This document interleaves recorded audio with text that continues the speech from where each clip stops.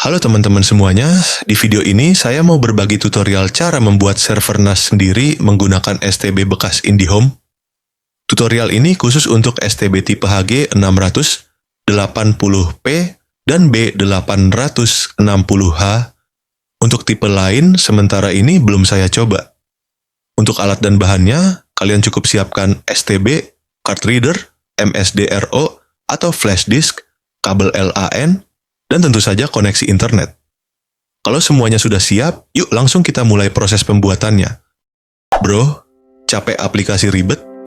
Di Net2Next, kamu bisa streaming musik gratis dan chatting aman. Tanpa nomor HP, tanpa email, cukup username dan password. Privasi aman, fitur terus nambah. Yuk pindah sekarang. Kunjungi net2next.web.id. Oke teman-teman semuanya, di video ini kita akan bahas langkah awal untuk mengubah STB bekas menjadi server NAS. Langkah pertama yang perlu kalian lakukan adalah download ISO Armbian terlebih dahulu.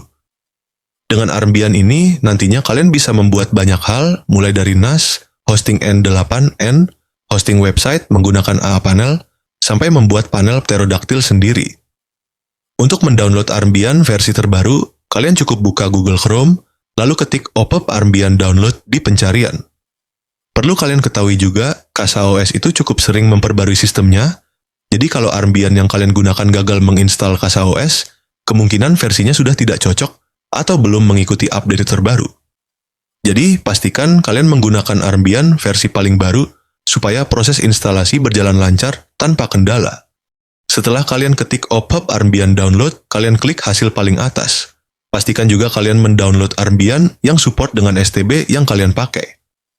Untuk link download atau repositori GitHub-nya, nanti akan saya taruh di deskripsi atau kolom komentar, biar kalian lebih gampang mengaksesnya.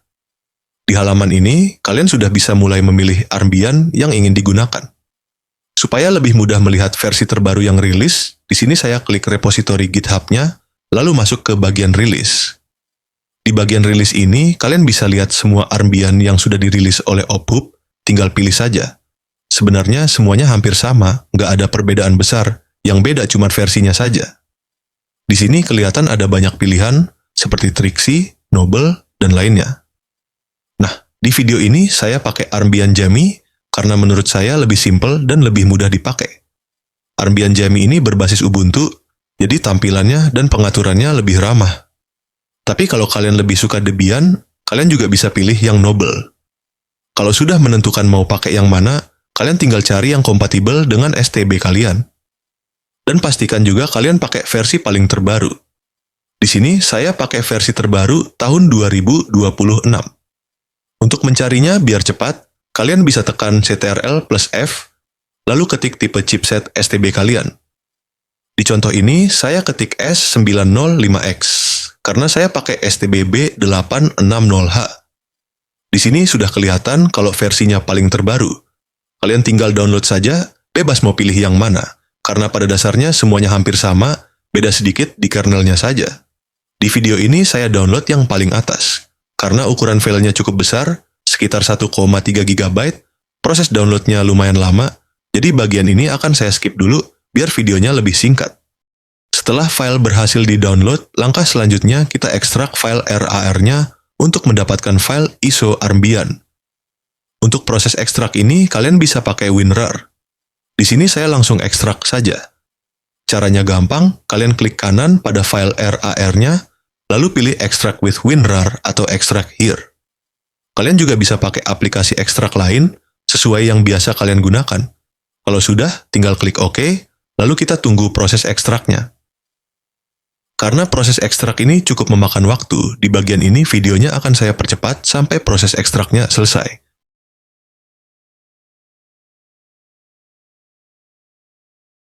Oke teman-teman semuanya, filenya sudah berhasil diekstrak. Sekarang kita tinggal buka folder yang berisi file ISO-nya. Nah, file ISO inilah yang nanti akan kita gunakan untuk burning Linux Armbian ke STB bekas. Selain file ISO, kalian juga perlu download aplikasi bernama Rufus, yaitu aplikasi untuk burning file ke SD card atau flash disk. Sebenarnya, selain SD card, kalian juga bisa pakai flash disk, tapi di video ini saya contohkan menggunakan micro SD. Selain Rufus, kalian juga bisa pakai Balena Etcher, tapi di sini saya lebih memilih Rufus, karena menurut saya lebih kompatibel, lebih aman, dan lebih gampang dipakai. Pastikan sebelum lanjut, kalian sudah mencolokkan micro SD atau flash disk ke komputer. Karena saya pakai micro SD, saya menggunakan card reader supaya bisa terbaca di komputer.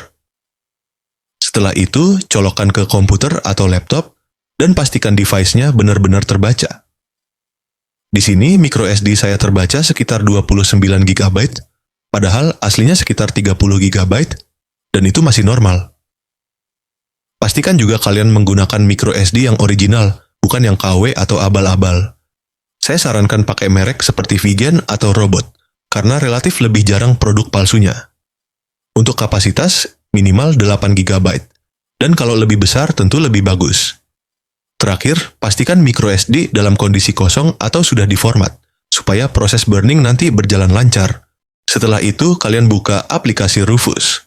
Kalau sudah terbuka, pilih micro SD atau flash disk yang akan kalian jadikan booting Linux Armbian. Di sini saya pakai micro SD dan terbaca sebagai disk F. Selanjutnya, kalian klik tombol select, lalu cari file ISO Armbian yang sudah kalian download tadi. Kalau file ISO-nya sudah dipilih, kalian tinggal klik tombol Start yang ada di bagian kanan bawah. Nanti biasanya akan muncul notifikasi peringatan seperti yang ada di video ini. Untuk ini, kalian tinggal klik OK saja. Setelah proses burning dimulai, jangan sekali-kali mencabut micro SD, flash disk, atau card reader, karena bisa bikin device-nya korup dan tidak bisa digunakan lagi. Di tahap ini, kalian tinggal menunggu prosesnya sampai selesai. Karena prosesnya cukup lama, di bagian ini video akan saya jeda atau percepat supaya durasinya lebih singkat. Kalau proses burning ISO Armbian ke SD card sudah selesai, kalian bisa klik tombol close. Setelah itu, eject micro SD-nya terlebih dahulu, baru kemudian cabut dari komputer. Selanjutnya, kalian bisa langsung pasang micro SD tersebut ke STB kalian. Di bagian ini, karena saya tidak sempat merekam prosesnya, jadi proses pemasangan micro SD ke STB tidak saya tampilkan di video. Setelah kalian memasang micro SD ke dalam STB, langkah selanjutnya kalian tinggal membuka router lewat halaman web. Caranya biasanya cukup ketik alamat IP router atau gateway di browser. Di router saya, alamat IP-nya adalah 192.168,0,1. Kalau kalian masih bingung alamat IP router ada di mana, kalian bisa cek dari pengaturan Wi-Fi di perangkat kalian. Biasanya alamat router ini sama dengan IP gateway atau DNS server, meskipun di beberapa provider bisa saja berbeda. Kalau sudah ketemu, ketik alamat IP router tersebut di Chrome, bukan di Google Search, supaya bisa masuk ke halaman control router. Di router saya, ada halaman login. Di sini saya tinggal masuk menggunakan password router, bukan password Wi-Fi ya. Biasanya username dan password default itu admin, tapi di setiap router bisa berbeda. Kalau sudah berhasil masuk ke router, kalian cari menu untuk melihat semua perangkat yang terhubung ke Wi-Fi. Di router saya yang mereknya Tenda, menu ini ada di bagian Parental Controls, tapi di router lain bisa juga ada di Bandwidth Control, atau menu yang mirip. Di sini terlihat ada 3 perangkat yang terhubung. Yang pertama, ada perangkat bernama Armbian, itu adalah server STB yang barusan kita buat. Yang kedua, ada Poco M4 Pro, itu perangkat dari HP saya. Dan yang satu lagi adalah laptop saya. Selanjutnya, kita akan mengakses server STB ini lewat SSH. Caranya, kalian salin alamat IP dari perangkat Armbian tadi, lalu buka menggunakan CMD terminal, atau bisa juga pakai PuTTY. Di sini saya akan mencontohkan akses SSH menggunakan terminal atau CMD.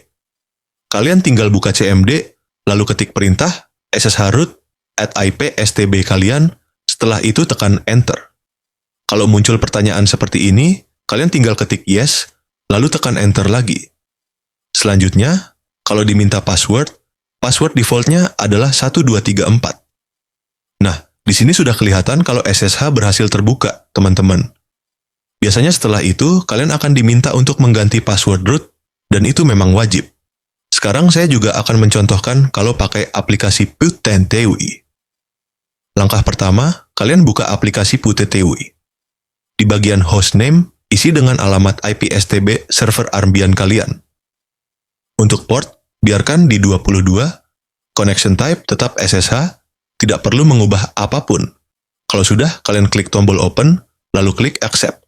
Setelah itu, login menggunakan username, root password, 1234. Nah, di sini juga sudah berhasil membuka SSH STB lewat PuTTY. Tapi, di video ini, saya tidak menggunakan PuTTY, karena menurut saya lebih enak pakai CMD. Soalnya, di PuTTY kadang suka disconnect sendiri tanpa alasan. Kalau sudah diminta membuat password root yang baru, kalian tinggal buat saja, lalu konfirmasi ulang passwordnya. Untuk pilihan command shell, saya pilih bash, jadi saya pilih nomor 1. Kalau diminta membuat user baru, kalian tinggal isi nama kalian atau nama lain sesuai keinginan, lalu buat password, dan konfirmasi passwordnya lagi. Kalau ada pertanyaan tambahan, kalian tinggal ketik iya saja, dan sisanya bisa di-skip. Kalau tampilannya sudah seperti ini, artinya STB kalian sudah berhasil menjadi server Linux Armbian. Sebagai langkah awal, kita cek dulu koneksi internet dengan menjalankan perintah sudo apt update. Perintah ini akan mengupdate dependensi langsung dari internet.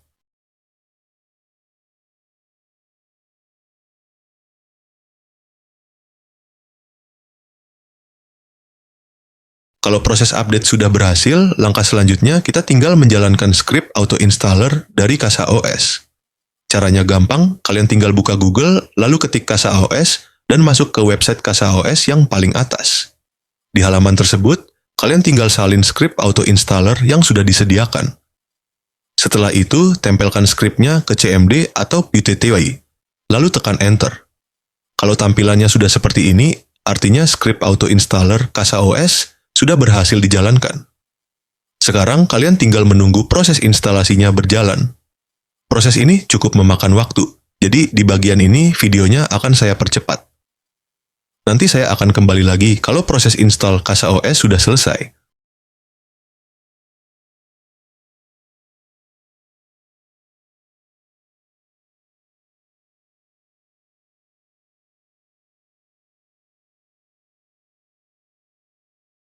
Oke, proses install KasaOS sudah selesai. Sekarang kalian tinggal membuka alamat IP dari STB kalian. Atau bisa juga salin URL yang tadi muncul di CMD saat install KasaOS, lalu tempelkan di Chrome dan akses. Saat pertama kali membuka halaman admin KasaOS, kalian akan diminta untuk membuat akun terlebih dahulu. Di sini saya contohkan membuat akun dengan username Fahroza. Jangan lupa isi password, lalu konfirmasi passwordnya. Kalau akun sudah berhasil dibuat, kalian akan langsung diarahkan ke halaman utama KasaOS, atau bisa dibilang dashboard adminnya. Setelah berhasil login, kalian sudah bisa menginstal berbagai aplikasi yang tersedia di dalam KasaOS. Perlu kalian tahu juga, semua aplikasi di KasaOS ini berbasis Docker. Jadi, kalau ada aplikasi yang ingin kalian pasang dan aplikasi tersebut berbasis Docker, besar kemungkinan bisa diinstal juga di KasaOS, baik lewat Docker Compose maupun lewat CLI. Di sini kalian juga bisa menginstal panel Pterodactyl. Caranya, kalian bisa cari langsung lewat kolom pencarian, atau masuk ke menu All, lalu pilih pembuat Big Bear, dan di sana ada Pterodactyl panel beserta Wings-nya.